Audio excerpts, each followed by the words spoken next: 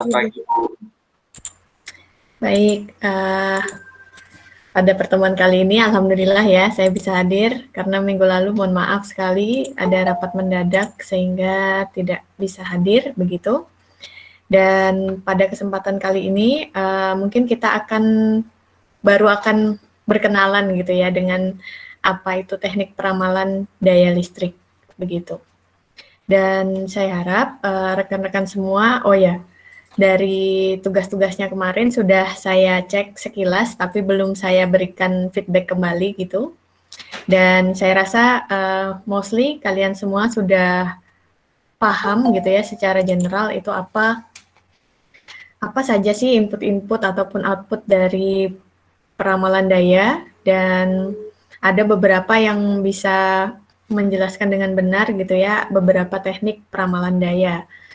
Begitu. Nanti mungkin kita akan bedah gitu ya lebih detailnya di perkuliahan ini. Oke, saya present dulu dan rekan-rekan semua jangan lupa absen ya. Semoga tidak ada kendala untuk absen.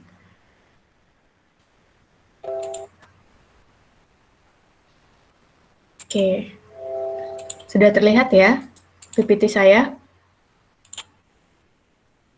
Sudah, Bu. Sudah, Bu. Oke, dan nanti kalau misalnya saya di tengah-tengah banyak bertanya, itu bukan bertanya, cuma ingin memastikan saya masih ada di Zoom atau, saya masih ada di room atau tidak, gitu ya, karena sinyal saya jelek, nggak tahu kenapa, gitu. Jadi nanti kalau saya tanya, saya masih ada di sini, masih Bu, gitu ya, dijawab ya. Baik, begitu saja mungkin pendahuluannya ya. Oke, sebelum kita mulai, kita tentu harus tahu dulu kontrak mata kuliahnya apa. Nah, di sini ada 4 komponen penilaian, di mana bobot dari tugas yang lebih besar, 40%. Karena apa? Pada semester ini nanti Kapita Selektanya akan memiliki sistem project base, jadi nanti rekan-rekan semua bisa punya kemampuan untuk bisa mendesain sendiri teknik peramalan daya yang diinginkan, begitu. Sehingga bobot tugas di sini 40%, UAS 25%, UTS 20%, dan juga 15% untuk keaktifan dalam diskusi. Ya, jadi kalau ada pertanyaan silahkan disampaikan di forum begitu, dan kalaupun saya bertanya tentang materi ya silahkan dijawab begitu ya. Oke, untuk semester overview yang akan kita sama-sama pelajari pada semester ini adalah 5 poin ini. Yang pertama tentang pengantar teknik peramalan daya di sistem tenaga listrik, terus identifikasi input dan output pada permasalahan peramalan daya, time series forecasting, neural network based forecasting, dan ensemble forecasting. Oke ya. Jadi insya Allah nanti tiga-tiganya ini akan kita pelajari, begitu. Nah, di sini kita masuk ke permasalahannya ya. Semoga suara saya terdengar ya.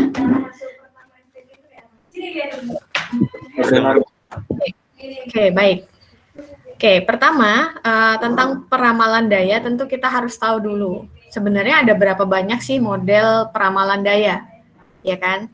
Dan model dari peramalan daya, model dari teknik peramalan yang secara general itu bisa kita lihat menjadi 3. Yang pertama untuk model statistik, yang kedua adalah model yang berbasis artificial intelligence ataupun machine learning, dan yang ketiga adalah hybrid, di mana model statistik digabung dengan model yang berbasis kecerdasan buatan. Seperti itu. Dan untuk model statistik di sini ada beberapa ya. Di sana dia bisa pakai auto regression, bisa pakai moving average, auto regression dan moving average, ataupun auto regression moving average dengan external factor gitu ya. Ini namanya yang Armax. Nah, kalau di sini kita tinggal sediakan data time series-nya. Lalu kita masukkan ke persamaan, ya, yang persamaan seperti X1 ditambah X2 tambah X3 sama dengan Y, begitu. Dan kita bisa dapatkan outputnya. Dan tentu memang model-model statistik ini harus di-tuning harus dicuning nilai koefisien dari masing-masing X1, X2, X3-nya itu tadi. Nah, bagaimana dengan yang berbasis kecerdasan buatan? Nah, kalau yang berbasis kecerdasan buatan, teknik peramalannya itu bisa jadi kita pakai neural network, ya, pakai ANN, atau pakai namanya extreme learning machine, ya, atau pakai support vector machine, bisa regression, maksudnya bisa regresi atau bisa klasifikasi, ya, itu tergantung kita. Bisa pakai fuzzy logic, wavelet, GA, expert system, dan tentu bisa menggunakan model artificial intelligence yang selain ini juga, ya. Mungkin yang pakai Grey Wolf, pakai Whale Optimization Algorithm, itu terserah gitu ya. Bisa pakai Butterfly Algorithm. Nah, itu tentu sesuai kreasi dari usernya. Yang menarik di sini, kebanyakan model itu dibangun dengan neural network, ya, di mana neural network ini ada banyak modelnya. Bisa pakai yang biasa, maksudnya yang biasa itu yang awal-awal keluar gitu ya, yang paling lama, yang paling general. Ada back propagation neural network, ada radial basis function neural network, ada feed forward, ya kan, neural network. Ini yang paling lama. Tapi kelemahannya yang ini, dia streamnya itu hanya satu kali gitu. Ada input, diproses di NN, dapat output. Ada feedback tapi tidak secara detail gitu feedbacknya untuk bisa memperbaiki model sistem tersebut. Nah, sehingga lahir yang namanya neural network lanjutannya, yaitu recurrent neural network, ada juga long short term memory, ada yang convolutional neural network. Nah, di sana itu model-model yang terkini itu yang hingga sekarang ini masih sering diteliti, begitu. Mungkin itu kira-kiranya, dan untuk hybrid methods di sana ada gabungan antara statistik dan artificial intelligence tadi.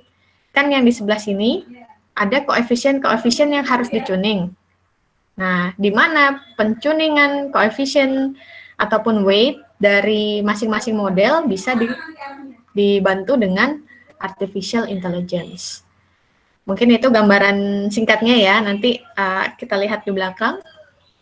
Nah, kemudian kalau kita berbicara dengan teknik peramalan daya, ada beberapa klasifikasi. Kalau tadi kan terkait arsitektur modelnya, kalau sekarang terkait waktu observasi dari modelnya, gitu.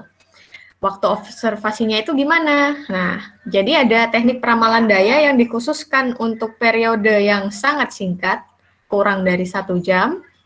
Ada yang singkat gitu ya, short term, antara 1 jam hingga 2 minggu.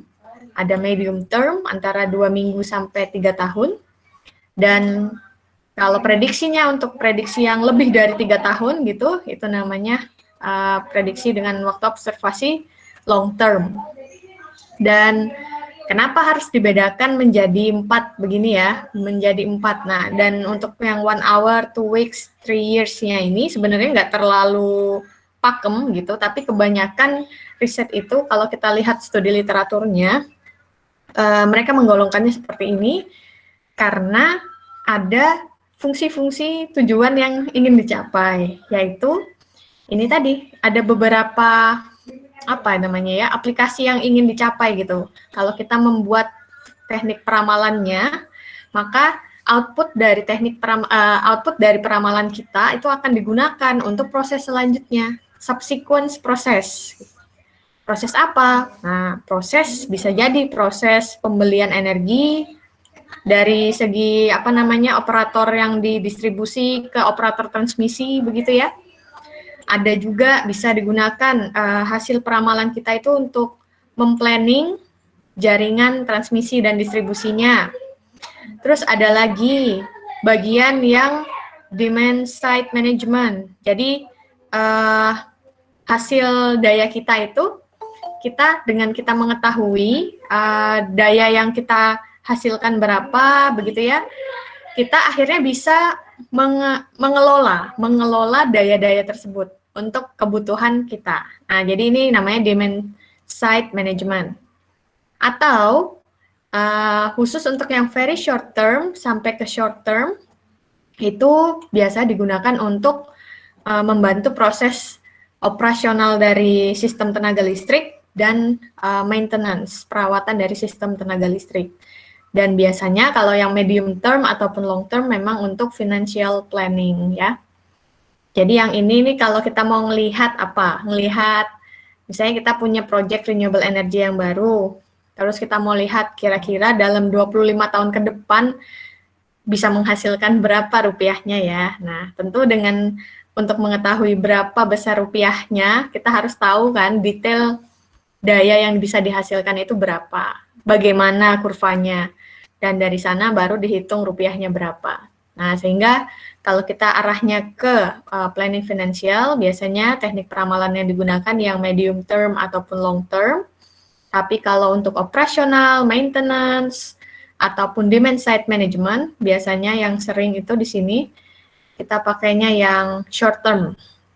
Dan untuk yang very short term itu biasanya untuk memang real time market. Untuk yang kalau di Eropa sana sudah mengaplikasikan yang namanya spot price ya, electricity-nya itu, listriknya itu enggak dari PLN saja, tapi ada dari berbagai macam perusahaan penyedia layanan jasa gitu ya.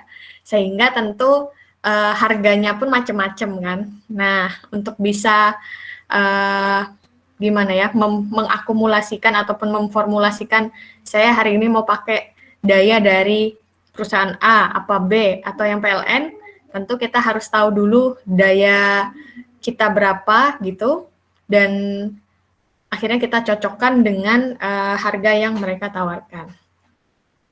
Gitulah kira-kiranya. Jadi di sini ini kan untuk load forecasting, di mana ada very short term, medium term, dan long term. Bagaimana dengan daya yang dari hasil solar, ya, solar energy, ataupun dari wind energy? Ya serupa, karena objektifnya tetap untuk energy purchasing di sini. Saya masih terhubung di sini? Masih, Bu. Oke. Baik. Oke ya. Sekarang kita lanjut. Nah, kalau tadi ada klasifikasi terkait observasi dan terkait modelnya seperti itu. Nah, sekarang kita masuk ke masing-masing nih, karena kita kan ngomongin daya di sistem tenaga listrik itu bukan hanya dari segi daya yang dibangkitkan, tapi juga daya yang diminta oleh pelanggan. Nah, salah satu aplikasi dari teknik peramalan itu ada 3. Oh, bukan salah satu ya, salah 3. Ada yang namanya load prediction, peramalan daya ataupun peramalan demand. Ada peramalan, terus yang kedua adalah peramalan daya yang dibangkitkan oleh sumber energi baru terbarukan, misalnya yang tenaga surya tadi. Atau yang ketiga yang dari tenaga angin, begitu ya. Jadi sekarang kita bahas dulu yang yang dari load demand, begitu. Di sini kalau kita lihat kurvanya, ya, ada periode tertentu yang harus diamati nih. Dari misalnya kalau ini dalam sehari dengan per jam, gitu ya. Kita lihat nih ada apa nih, simbol bunder-bundernya lah ya, segitiga gitu. Nah, ini nih periodenya itu per jam dan dalam waktu 1 hari, karena ini range-nya dari 1 sampai 24. Dan dilihat ada dayanya yang bervariasi ya, kalau di kurva yang di sebelah kiri itu dari 1 hingga 1,7 kali 10 pangkat 4 kilowatt. Nah, kalau yang di kanan, kalau kita lihat sama, dia dari 1 sampai 24 jam ya. Dan yang berbeda ada di kapasitas dayanya yang hanya berkisar dari 2 sampai ya 30 lah, 30 atau 32 kilowatt gitu. Nah, di sini kalau kita lihat dua-duanya ini sebenarnya sama-sama kurva daya listrik ya. Yang berbeda apa? Yang berbeda adalah besar dayanya. Yang 1 sampai mega lah ya, megawatt. Oh, yang di sini benar-benar di kisaran kilowatt. Berarti kalau dari sini kalian bisa pahami apa? Bahwa daya yang di sebelah kiri itu lebih kepada daya yang sudah terkumpul di sisi transmisinya, di sisi gedenya ya, di sisi PLN. Sedangkan yang di kanan itu adalah daya dari sisi penerimanya yang hanya end user satu biji aja gitu.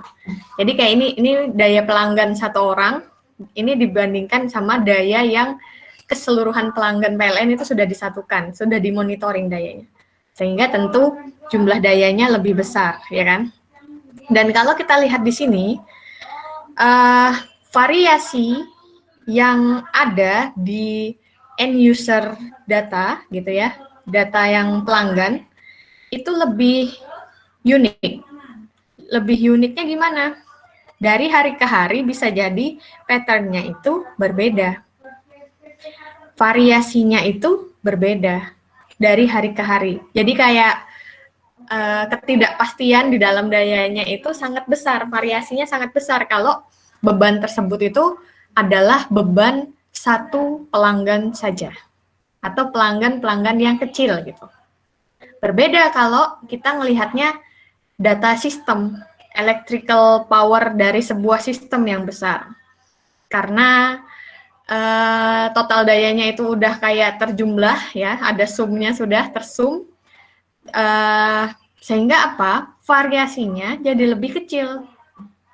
Dan bentuk kurvanya juga mirip-mirip aja gitu dari hari ke hari. Nah, sehingga apa? Dari sini yang lebih mudah dilakukan peramalan daya itu adalah ketika bebannya sudah teragregat. Ya, sudah di level yang tinggi gitu. Maksudnya yang sudah di level yang terkumpul banyak itu daya listrik yang di bagian sistem itu bakal lebih mudah diprediksi daripada yang level pelanggan gitu. Karena setiap pelanggan akan punya pattern yang berbeda-beda tergantung dari aktivitas dia, tergantung dari peralatan apa yang dia pakai gitu ya. Variasinya lebih besar. Berbeda kalau yang di sistem dia lebih sedikit variasinya. Kira-kiranya itu yang ingin saya sampaikan. Dan kenapa kita perlu melakukan peramalan daya ya? Itu tadi alasannya karena akan digunakan di subsequent proses setelahnya. Dan karena ketidakpastiannya, variasinya itu besar gitu. Ya kan? Tentu kalau kita mau melakukan planning yang baik, kita harus bisa menyamakan, kita harus bisa mengetahui karakteristik daya yang sebenarnya. Nah, kalau di sini di gambarnya itu actual. Nah, nih actual. Actual itu yang merah, ya. Nah, yang lainnya ini adalah prediksi yang dihasilkan oleh berbagai macam model peramalan, begitu. Sehingga dari sini kita lihat bahwa teknik peramalan itu semakin baik apabila dia semakin bisa mendekati nilai aktualnya. Ya kan? Berarti karena jadinya kita bisa memplanning sesuai dengan kondisi realnya. Semakin mendekati kondisi realnya, begitu. Kira-kiranya itu. Nah, sekarang kalau kita lihat ini adalah untuk daya beban listrik gitu ya. Nah, bagaimana dengan tenaga angin ataupun tenaga surya? Kemarin kan sudah sama-sama lihat videonya ya, bahwa tenaga surya dan tenaga angin itu ternyata punya banyak input, ya kan? Dan input-inputnya itu bisa jadi input yang meteorological gitu, yang berdasarkan kondisi cuaca di site. Maksudnya kondisi cuaca di lokasi tempat pemasangan PLTS-nya ataupun PLTB-nya. Begitu ya. Nah, sekarang kalau kita lihat efek dari daya yang dibangkitkan oleh plan renewable energy ini, gitu ya. Bila tanpa kalau ini dicontoh, ini bila tanpa wind power gitu ya, bila tanpa daya listrik dari tenaga angin, load itu akan seperti ini, demand itu. Seperti yang saya bilang tadi kan, hampir serupa setiap waktunya gitu. Hampir serupa. Pattern-nya itu ya akan seperti itu saja, dan memang ada variasi tapi tidak besar gitu ya. Nah, mungkin yang bisa berbeda adalah misalnya di hari-hari kerja, di mana kebutuhan daya pasti lebih tinggi daripada hari libur, ya kan? Kalau hari kerja semua orang harus ke industri, semua orang harus bekerja, mengkonsumsi daya listrik yang besar. Dan kalau hari libur, nah, kantor-kantor yang maksudnya sebagian besar daya itu yang dari kantor-kantor akan lebih rendah, yang meninggi adalah di daya rumah-rumahnya, begitu kan?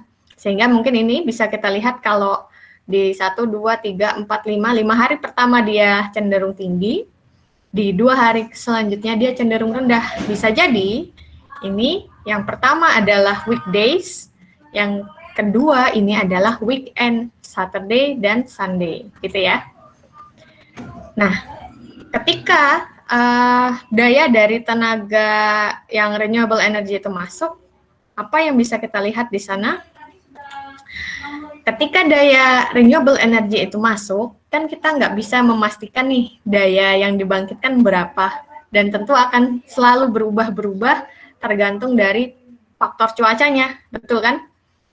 Makanya akhirnya sumasi dayanya, maksudnya total daya yang bisa dianalisa oleh sistem ketika renewable energy masuk, dia akan sangat mengganggu pattern, bukan mengganggu ya ngomongnya, dia akan sangat mengubah pattern yang awalnya cenderung tetap menjadi unpredictable, nggak bisa diprediksi, gitu ya kan, kadang naik, kadang turun, gitu ya, dan ini malah turun banget, gitu, tergantung dari daya dari si renewable energy itu. Dan inilah sebenarnya kenapa kita perlu belajar teknik peramalan daya listrik, terutama yang EBT, yang dari renewable energy. Karena tentu kalau kita tahu berapa sih daya dari tenaga angin, berapa sih daya dari tenaga listrik yang solar energy gitu kan, kalau kita tahu daya-daya tersebut di awal, kita jadi bisa memberikan penjadwalan yang baik gitu ya, penjadwalan yang pasti untuk si pembangkit tenaga listrik gitu. Jadi intinya kalau kita punya teknik peramalan daya yang baik, akhirnya kita bisa melakukan koordinasi yang baik juga, planning yang baik dengan keseluruhan sistem tenaga listrik. Itu yang kira-kira ingin saya sampaikan di sini. Dan di sini kalau kita lihat lagi wind power prediction itu bisa jadi short term tadi ya, antara 1 sampai 2 minggu kan gitu. Dan kebanyakan kalau untuk wind power prediction dia antara 1 hari sampai 4 harian. Saya masih di sini? Masih. Oke. Gitu. Jadi ya untuk prediksinya biasanya untuk 1 sampai 4 hari ke depan. Nah, namun 1 sampai 4 hari itu bukan tergantung saya, tergantung Anda, tergantung permasalahan apa yang akan kita hadapi, proses apa yang akan kita, maksudnya data peramalan kita itu akan kita kirimkan ke proses yang seperti apa kebutuhannya gitu. Jadi nanti 24 sampai 96 ini akan menyesuaikan. Nah, kira-kiranya begitu. Dan kita harus perhatikan wind power prediction, solar power prediction itu bisa jadi hanya single plant, ya, hanya satu site saja, atau ada kayak farm, sekumpulan panel banyak gitu dijejer-jejer jadi satu kebun gitu kan ya. Jadi itu kalau itu tinggal kita lagi yang menentukan, kita mau memprediksi satu plan atau langsung agregatnya aja, keseluruhannya saja. Nah, dan lagi-lagi karena ini ngomongin wind power ataupun solar power, dan kalau load itu masih cenderung stabil ya, maksudnya perubahan dayanya tidak terlalu besar. Nah, kadang-kadang diperlukan yang namanya confidence level. Artinya apa confidence level di sini? Confidence level itu ini loh, kurva yang abu-abu ini loh. Jadi prediksinya itu tidak hanya 1 poin saja, itu nggak 1 poin saja, tapi ada range-nya. Karena bisa jadi prediksi kita itu agak meleset 5-10%, ya kan? Atau berubahnya itu bisa jadi band tertentu gitu. Karena memang setiap prediksi pasti punya kesalahan kan, nggak ada yang namanya ramalan daya, maksudnya nggak ada yang namanya prediksi itu 100% benar. Karena kalau prediksi 100% benar, ya itu adalah kebenarannya, aktualnya. Gitu.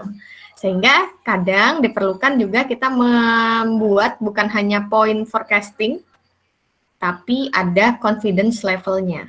Ada yang namanya probabilistic forecasting. Jadi ada naik turunnya, variasinya itu bakalan naik turun seberapa, itu bisa juga kita modelkan di sana. Gitu. Begitu kira-kiranya. Dan oh ya, dari kurva ini kalau kita lihat, ketika observasi yang kita inginkan adalah 2 hari ke depan, sehari ke depan, atau 3 hari ke depan, ya kan berarti yang ini nih harus bisa didapat di hari sebelumnya, maksudnya di titik sini. Dan sehingga tentu formulasi model kita itu harus berdasarkan data historicalnya. Data sebelum-sebelumnya itu kita harus punya historical data, lalu kita formulasikan ke dalam model kita. Nah, kalau untuk solar power prediction sama, serupa, kita juga punya prediction yang kurang lebih sehari sampai 4 harian, bisa jadi single plan ataupun aggregate, dan lagi-lagi karena dia selalu sangat bergantung dari meteorological data, dari data-data cuaca, tentu kita harus lihat ada confidence band-nya. Kira-kira perubahannya naik turunnya berapa? Gitu ya, yang kayak abu-abu tadi. Nah, di sini kalau kita lihat pattern dari angin itu sangat abstrak. Beda dengan pattern dari solar power, ya kan? Kalau solar power jelas, habisnya matahari terbit ya pasti akan ada dan akan hilang lagi sampai matahari terbenam. Malam nggak akan ada, ya kan? Dan kalau wind itu bisa jadi tergantung lokasinya banget, dia ada di mana, dan biasanya kondisi angin ketika malam itu lebih besar daripada kondisi angin saat siang, begitu. Gitu ya kira-kiranya. Silakan ya kalau ada pertanyaan disimpan nanti ditanyakan. Nah, kemudian kenapa ini lagi alasan kenapa sih kita perlu peramalan daya? Kan tadi saya bilang subsequent proses. Proses selanjutnya tuh apa? Peramalan kita nih buat planning apa gitu ya. Dan ini sebenarnya 3 ini yang akan bisa kita berikan manfaat dari teknik peramalan daya yang kita bangun. Pertama, bisa jadi peramalan daya itu digunakan oleh grid operator, oleh PLN gitu ya, untuk melakukan keseimbangan daya, untuk melakukan dispatch atau redispatch dari daya listrik ke pelanggan tertentu. Dan teknik peramalan, maksudnya hasil peramalan daya kita itu juga bisa dikalkulasikan di optimal power flow, load flow calculation, atau bisa jadi untuk memanajemen ini congestion ini nih, kemacetan, tapi bukan maksudnya macet yang seperti itu ya, tapi kemacetan dalam proses distribusi tenaga listrik. Nah, karena kadang-kadang kan sistem tenaga listrik kita yang sekarang ini kan belum didesain untuk bisa menerima masifnya energi dari renewable energy gitu loh. Jadi kadang-kadang perlu diperhatikan di saluran mana ya, dia mungkin bisa terjadi overcurrent gitu ya, arusnya berlebihan, dan di sana harus dikoordinasikan ulang penyaluran tenaga listriknya. Selain dari grid operator, selain untuk grid operator, ramalan daya yang bisa kita hasilkan itu bisa digunakan oleh ini energy trader. Ini energy trader itu ya seperti PLN ya, ataupun perusahaan-perusahaan yang menyediakan jasa tenaga listrik untuk dijual ke pelanggan begitu. Dan ini biasanya tapi masih adanya di luar negeri sana ya. Karena kalau kita kan sistemnya monopoli, harus lewat PLN gitu. Dan daya yang kita hasilkan juga bisa digunakan oleh operator dari site itu sendiri. Untuk apa? Untuk menschedulekan perawatannya dan untuk dikirimkan, karena kan niatannya biasanya pemilik kebun solar ataupun wind farm itu akan menjual dayanya ke grid operator. Sehingga tentu harus ada schedule yang jelas dari kita biar bisa dapat benefit yang tinggi di grid sana. Kita harus bisa menelaah gitu ya, kira-kira kita bisa menghasilkan berapa dayanya tiap harinya. Nah, itu jadi salah satu tujuan kenapa kita harus melakukan peramalan daya. Dan di sini peramalan daya kenapa harus diramal? Lagi-lagi ya karena ada uncertainty, ada ketidakpastian. Apakah hanya daya yang punya ketidakpastian? Jawabannya tidak. Ya, ada dari sisi harganya, ada dari sisi politiknya, ada dari sisi ini mati atau enggaknya suatu pembangkit, atau mungkin ada kesalahan dari sisi teknis. Dengan kita melakukan peramalan daya, akhirnya kita bisa memanajemen dan bisa mengurangi resiko yang bisa terjadi di kemudian hari, gitu. Dan kita jadi punya strategi untuk melakukan planning, karena akhirnya kita tahu, oke, daya total yang akan kita hasilkan sekian, berarti kita bisa dapat untung lah dari plan renewable energy kita, misalnya begitu. Dan akhirnya kita punya analisa ataupun kita punya keputusan yang tepat berdasarkan kondisi kita itu.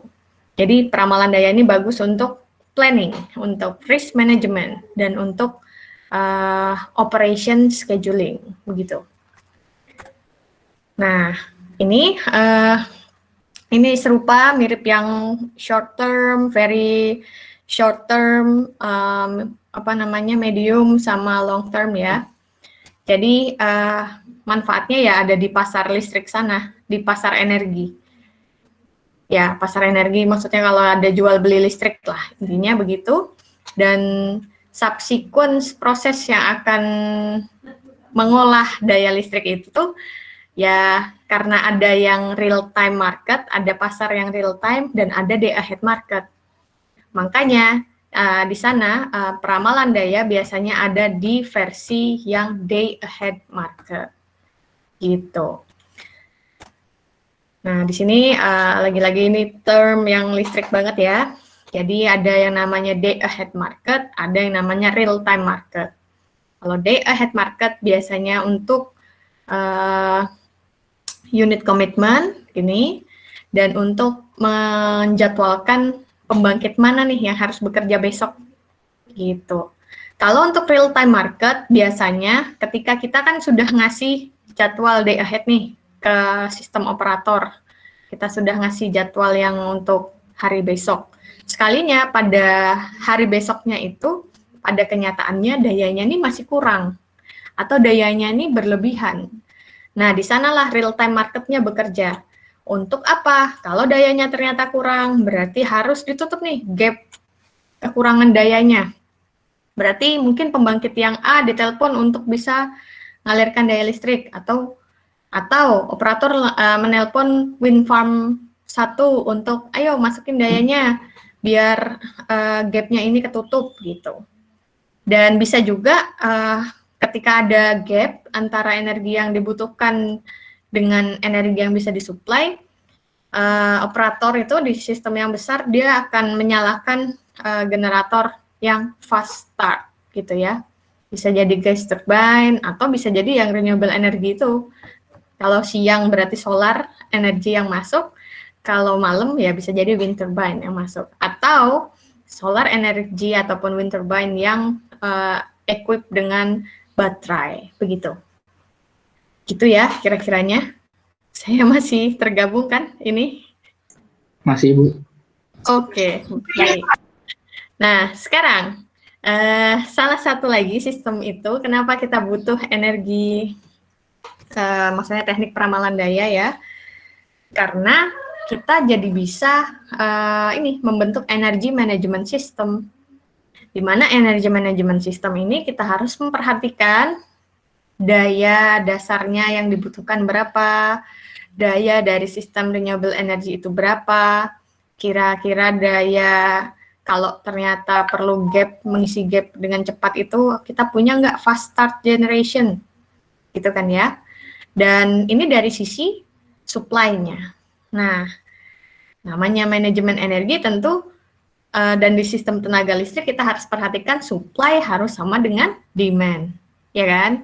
Sehingga setelah kita perhatikan supply-nya, kita juga harus perhatikan demand-nya seperti apa, permintaannya seperti apa, user-user ini nih perlu daya berapa, terus kira-kira ada nggak user-user yang bisa nge-charge daya yang mereka punya. Mungkin ya, user itu ternyata punya rooftop, kira-kira dia bisa ikut serta nggak di dalam energi tradingnya atau tidak. Nah, itu juga harus diperhatikan.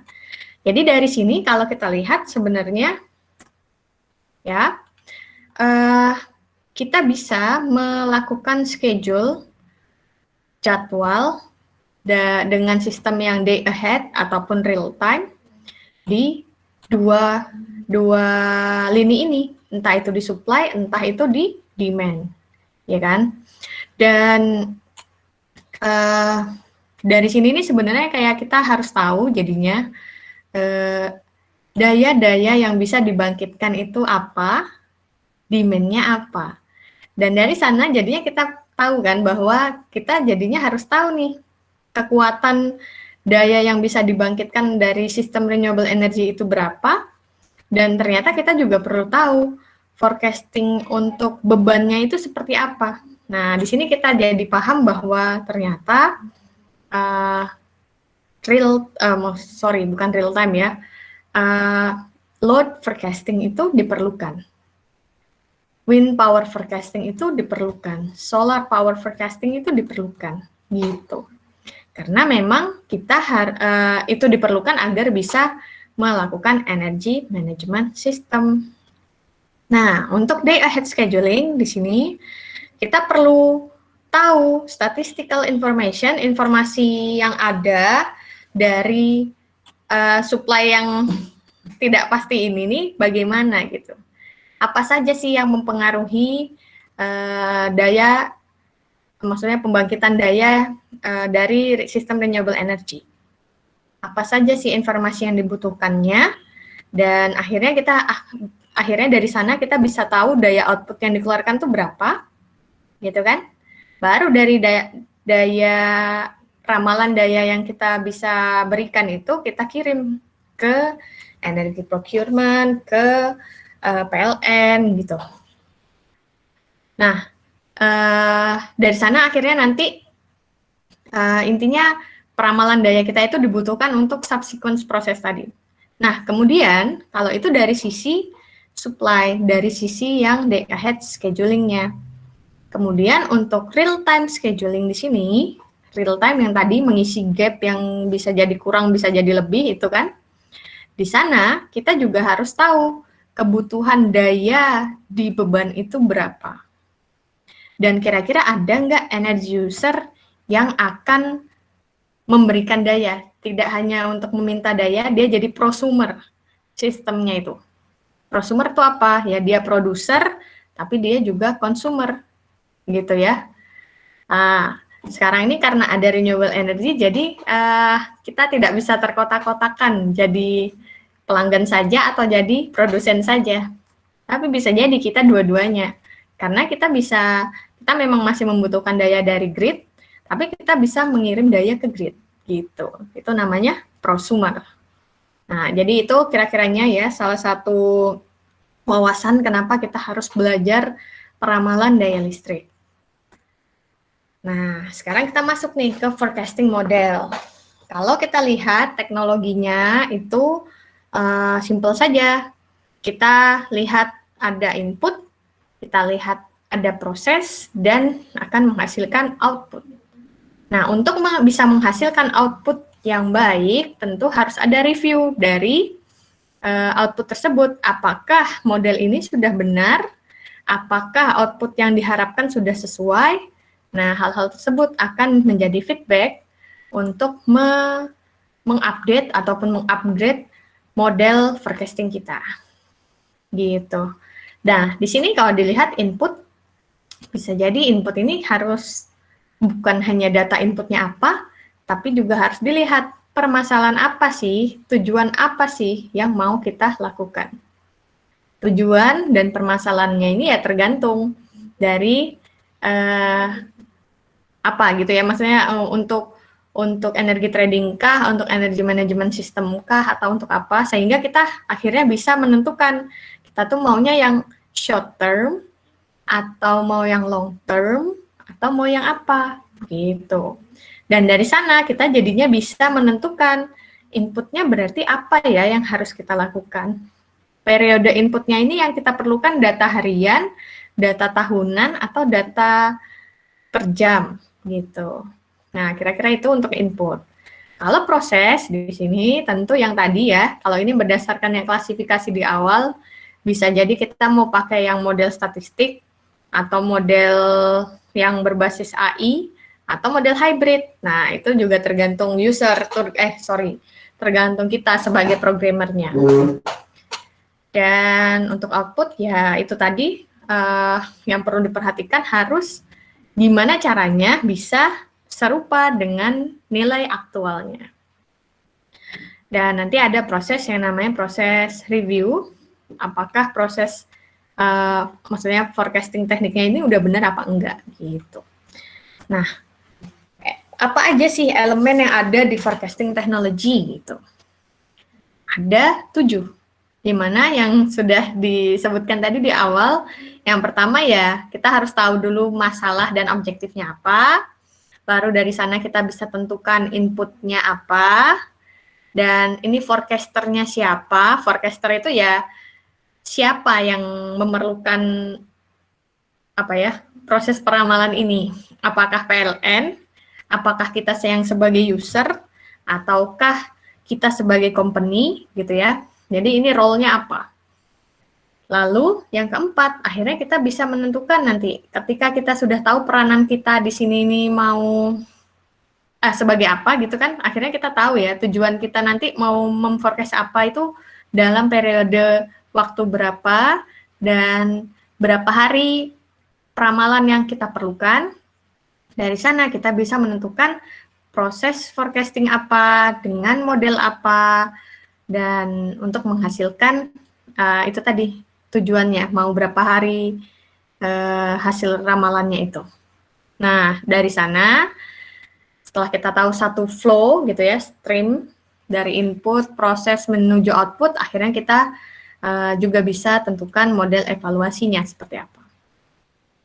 Nah, ini salah satu contoh nih, forecasting model yang berbasis genetic algorithm dengan neural network. Jadi, kalau di sini GA-nya berperan sebagai pemilih gitu ya. Dia yang memilih, dia yang menentukan kira-kira nih kandidat mana ya yang paling mirip dengan actual condition yang mau diramal ini. Jadi dia punya data Januari, Februari, sampai Desember. GA yang mencari kira-kira di bulan apa yang pas untuk mendapatkan model dengan tingkat ketelitian yang paling tinggi. Nah, di sana misalnya kita keluarkan bulan Desember, ternyata di sini gitu ya, input bulan Desember itu digunakan untuk mentraining NN, radial basis function neural network. Lalu setelah dipakai buat membangun model, dapat prediksi kan? Dapat prediksi, dicek errornya. Habis dicek errornya, dicek itu ada evaluasi, apakah hasilnya sudah sesuai atau tidak. Dari sana bisa di-select model yang sudah dibuat itu, mau disimpan atau mau di-update lagi ya, gitu. Dan itu proses yang berulang-berulang. Ada lagi contoh, ini pakai NN lagi, NN biasa. Jadi kalau ini NN biasa ya, dimana kalau ini digunakan untuk meramal daya tenaga surya, ya kan? Karena ada apa? Karena di inputnya kalau kita lihat ada temperature, max, min, dan average, ada irradiasi. iradiasi sinar matahari. Nah, ini memang kebanyakan kalau kita mau buat solar power prediction, kita perlu data iradiasi sih yang paling penting gitu. Dan tingkat kesulitan peramalan akan jadi lebih susah kalau kita ternyata nggak punya data iradiasi. Ya, karena ini kan sangat-sangat direct, sangat dekat gitu ya, keterkaitannya dengan daya yang dibangkitkan oleh tenaga oleh solar panel gitu. Jadi ini salah satu yang penting.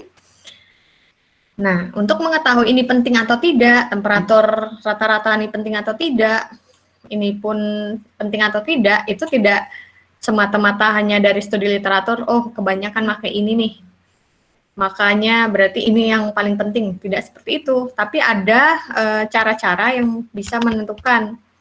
Bisa jadi dengan coefficient correlation, ya, correlation coefficient, ataupun dengan Pearson coefficient.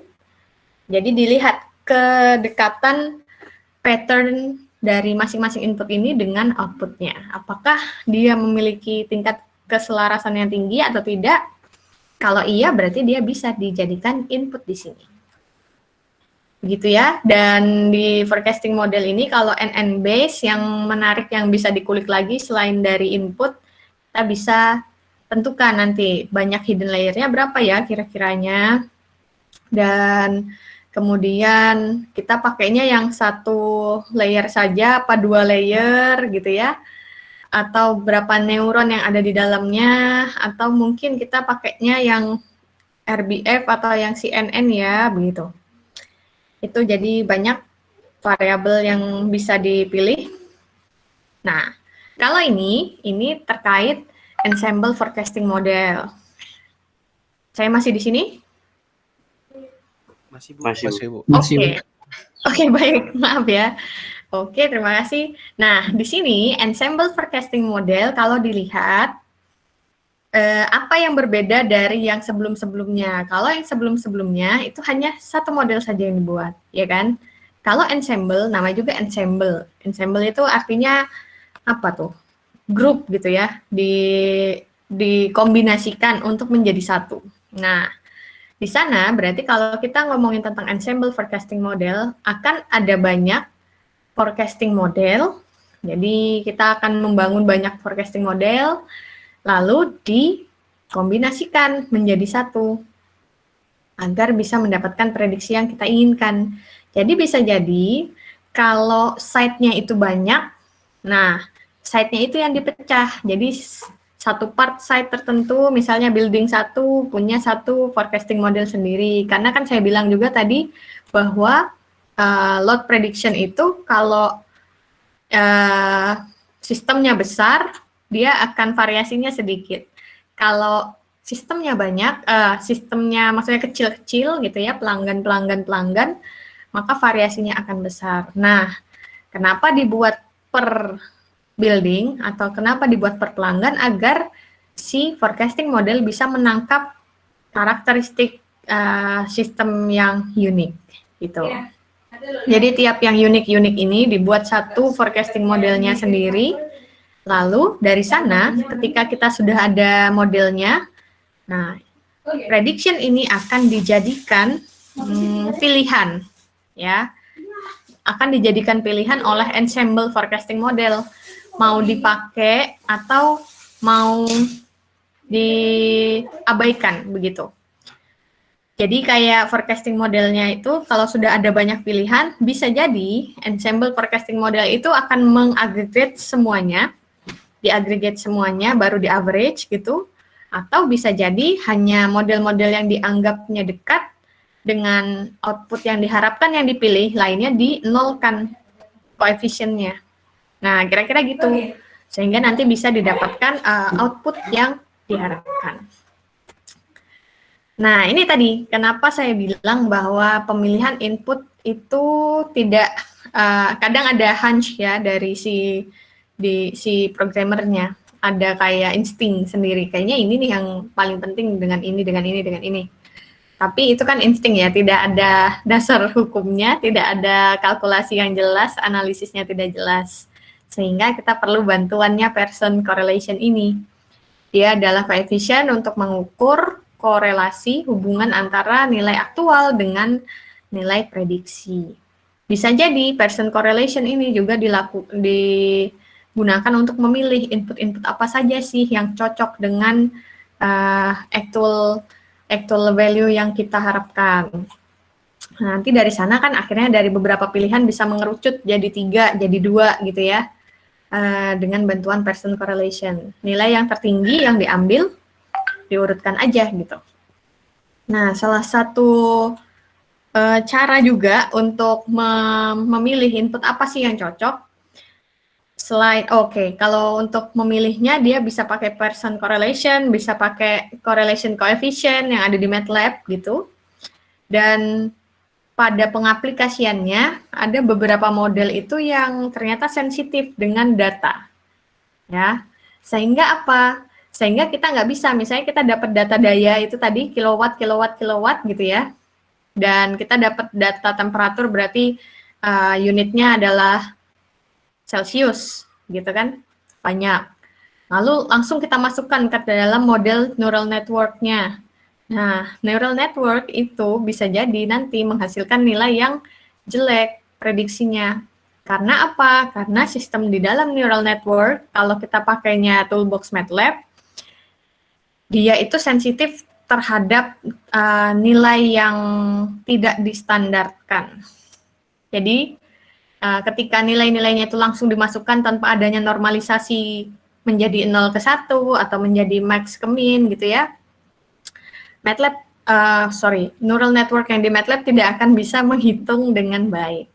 Nah, sehingga kita perlu itu namanya melakukan standardized data, ya, entah itu load, entah itu power, gitu. Dan kita bisa lakukan normalisasi dulu sebelum datanya dimasukkan di dalam model. Ya, gitu kira-kiranya. Dan bisa jadi juga ada tambahan tools, ya. Kalau ternyata data itu memiliki variasi yang besar, tentu harus kita filter. Kita filter hingga variasinya itu tidak terlalu tinggi gitu. Nah, kita bisa gunakan wavelet di sana, ya, wavelet transform. Di mana itu wavelet transform? Ini ada di sini. Wavelet transform itu bisa memilah-milah sinyal yang masuk menjadi beberapa bagian. Dan dari beberapa bagian yang terfilter itu ya, high pass filter dan low pass filter di sana kita bisa pilih sebenarnya. Jadi kalau di sini nih bisa dimainkan dengan AI atau tidak. Karena di sini ya, kalau misalnya contoh ini ada data untuk di training, kita pakai DWT. Nah, ini tinggal ditentukan nanti kita mau pakai yang level berapa gitu ya, level berapa, kalau level 3, level 4, level 5, nah kalau ini level 5 misalnya, maka daya yang masuk akan dipilah menjadi coefficient approximation dan detail, dan komponen detail namanya. Ini A itu approximation, D itu detail.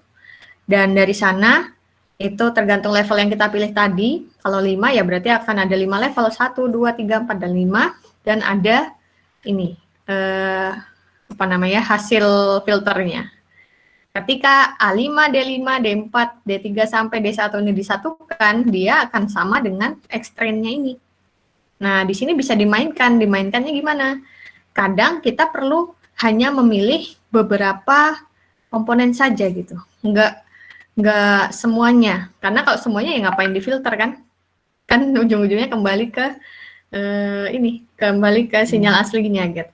Sehingga di sini bisa dimainkan, kita bisa pakai AI untuk memilih kira-kira apa saja ya yang diperlukan agar sesuai dengan actual condition-nya. Jadi bisa jadi nggak semuanya, dan ini hasil dari AI, ternyata dari 6 komponen ini hanya 4 yang digunakan. Dan kita lihat kalau kombinasinya berbeda-beda, dia bisa jadi akan menghasilkan error yang berbeda-beda. Dan berapa nilai pasnya gitu ya, tentu MAPI, error itu lebih baik kalau lebih kecil gitu. Berarti kan serupa dengan nilai aktualnya, semakin mendekati nilai aktualnya. Nah, ternyata kalau ini sebagai contoh saja, kombinasi A4, D2, D4, itu ternyata menghasilkan MAPI sekian, 12%-an. Kalau hanya A2 dan D1 yang dipakai, ternyata MAPI-nya bisa hanya 9%. Tapi ternyata kalau pakainya A4, D1, D2 bisa 6,1%. Nah, di sana sebenarnya salah satu teknik dalam meramal kita harus bisa menentukan inputnya apa saja, dan kalau ternyata inputnya sudah dirasa sudah mendekati kok tapi hasilnya masih jelek ya, bisa jadi data kita tuh perlu difilter, perlu di smoothing gitu ya, di-smoothkan dengan pakai discrete wavelet transformation. Gitu. Dan di sini maksud saya yang tadi juga, bahwa bisa jadi di awal kita udah kayak nentuin kan berdasarkan insting tadi inputnya apa ya yang mau dipakai, dan ternyata setelah dievaluasi ada beberapa input yang sebenarnya tidak sesuai gitu ya, tidak perlu, karena ketika dihitung coefficient correlation-nya dia nilainya jelek, nilainya 0, padahal yang lain itu punya nilai-nilai tertentu. Nah, dari sini tentu kita bisa kerucutkan bahwa input datanya nggak perlu yang full lengkap begini, tapi cukup yang ada korelasinya saja. Jadi begitu. Dan ini untuk evaluasi dari outputnya, tadi saya bilang kita harus ngecek bagaimana sih hasil prediksi kita itu sudah mirip belum ya dengan hasil sudah mirip atau belum dengan nilai aktual. Nah, cara menghitungnya ya bisa dengan RMSE, root mean square error, atau dengan MAPI, mean absolute percentage error. Ini ada percentage, makanya ini pengalinya adalah 100. Agar nanti keluarannya itu kayak tadi, 9%, 6%, 100%. Kalau yang di sini nilainya nggak ada persennya. Gitu ya. Kalau ada pertanyaan mungkin ada nggak sih evaluasi lain gitu? Evaluator lain ada, bisa macam-macam sebenarnya, dan itu banyak ada di literatur ya, bisa disesuaikan lagi tadi. Nah, kalau kita lihat, nanti mungkin next week aja saya coba carikan case study-nya dulu agar kita bisa bermain. Kira-kira apakah daya listrik, wind power, dan solar power itu semuanya boleh pakai MAPI, boleh atau tidak? Nah, nanti kita lihat sama-sama. Dan di sini ada lagi satu yang harus diperhatikan ya dalam teknik peramalan daya. Saya masih ada di sini kan? Masih, Bu. Tidak ada. Oh, okay. Baik. Terima kasih. Nah, dalam teknik peramalan daya, tadi kan kita punya ada daerah observasi. Kita mau yang kita ramal tuh bagian sini nih, gitu. Berarti kan kita harus membuat modelnya itu dengan data historis, data yang sebelumnya, sebelum hari ini, gitu. Dan di sana kita bisa buat 2 skema, sebenarnya maksudnya beberapa skema. Di mana tuh skemanya maksudnya? Skemanya bisa jadi sliding window, atau forward chaining, atau gimana user lah, gimana kita sebagai programmer mau membuatnya. Kalau sliding window, di sana kita sudah tentukan panjang data untuk training adalah sekian. Dan panjang data untuk validation adalah sekian. Dan 2 hal ini digunakan untuk memprediksi gitu ya, daerah observasi sekian. Oke, ini berarti kurang nih ya. Mungkin ini. Misalnya ini. Nah, ini buat training, ini buat validation, ini buat yang diprediksi. Kalau sliding window, panjangnya akan sama terus. Ketika kita ternyata mau mengecek, ini kan 1 hari ini ya, kita mau mengecek hari kedua nih, kita harus mengecek hari kedua, berarti kan ini akan geser ya, kuning-kuningnya ini akan geser ke kanan, ke sini, dan ini data buat training dan validation-nya juga panjangnya akan tetap sama. Oleh karena itu di sini dia tinggal geser aja dengan kondisi yang sama. Gitu. Jadi namanya kenapa sliding window ya, karena window-nya digeser gitu. Ya, periodenya itu tetap tapi digeser aja. Nah, kalau mau next day-nya gitu ya, tinggal digeser lagi. Ini yang biru jadi di pink sini, yang pink jadi yang di kuning pindah ke kanan. Atau kita misalnya karena keterbatasan data, kita hanya bisa di awal adalah sekian, gitu ya. Tapi kita ingin kalau berdasarkan data historis tentu sebenarnya semakin banyak kita tahu data, ini anu aja ya, logikanya aja. Semakin banyak kita tahu informasi, semakin mudah kita memprediksikan. Nah, kalau yang forward chaining itu melakukan apa namanya, algoritmanya sesuai dengan logika itu. Bahwa kalau di awal kita cuma punya data yang minimum, oke lah kita gunakan dia untuk melakukan prediksi. Sekian, berarti ini datanya sekian gitu ya. Ada observasinya. Nah, kemudian ketika hari besoknya, berarti kan sebenarnya kita punya tambahan historical data nih. Nah, jadi data trainingnya akan diperbesar di sini, ya kan? Diperbesar dari yang sebelumnya di sini. Namun data validation-nya akan dibuat tetap dan observasinya akan dibuat tetap. Dan selanjutnya nanti untuk next-nya semakin lama tentu data training akan semakin besar. Kelemahannya apa kalau seperti ini? Kelemahannya kadang kalau data-datanya itu, kalau kita sebagai programmer harus tetap memperhatikan batas maksimal datanya ini, data trainingnya bisa semakin besar gitu.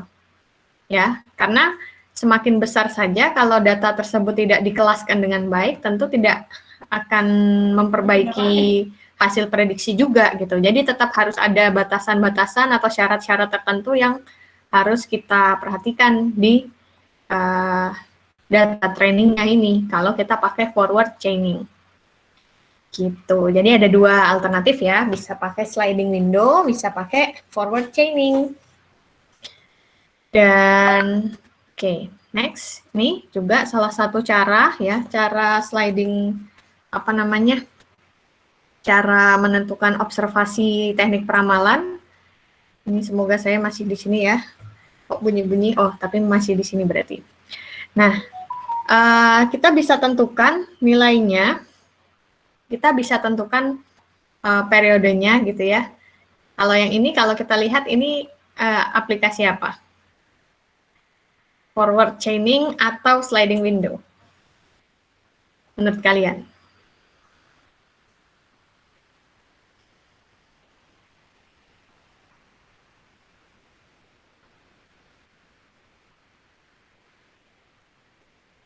Ada yang bisa bantu?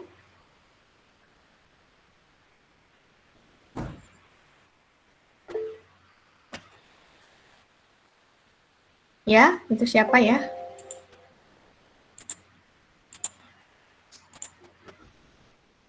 Sliding window. Oke, Alwan. Bagus, sudah paham berarti ya.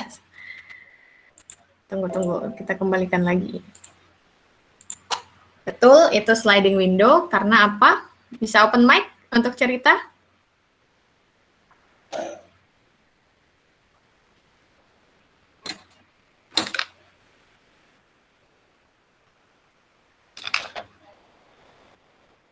Halo, Alwan? Mic-nya bisa digunakan kah? Atau memang lagi nggak kondusif?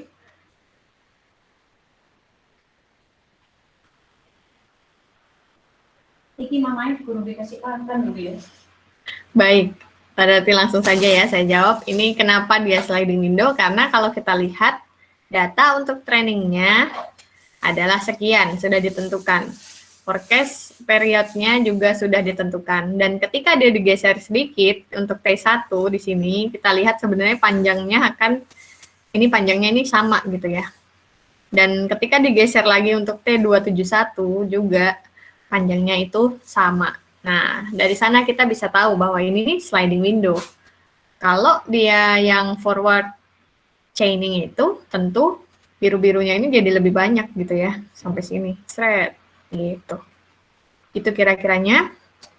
Dan ini salah satu juga strategi kalau kita ternyata mau membuat prediksi gitu, dan yang biasanya dilakukan kan yang ini ya, yang pertama, ada waktu training tertentu untuk memprediksi satu hari tertentu, ya kan? Dan di satu hari tertentu ini biasanya hasil prediksinya ya bagus pasti. Tapi kalau kita dari data yang kita punya ini saja langsung untuk memprediksi yang hari ke-10, hari ke-11, ke-12, biasanya hasilnya jelek. Nah, salah satu cara untuk mendesain model prediksi gitu ya, bisa jadi dari data yang ada memang ini pointernya saya lihatkan. Nah, dari data yang ada kita gunakan untuk memprediksi memang hari yang langsung helat sehari ini, hari ke-10. Baru di satu kondisi lagi untuk memprediksi hari ke-11. Di satu kondisi lagi dia untuk hari ke-12.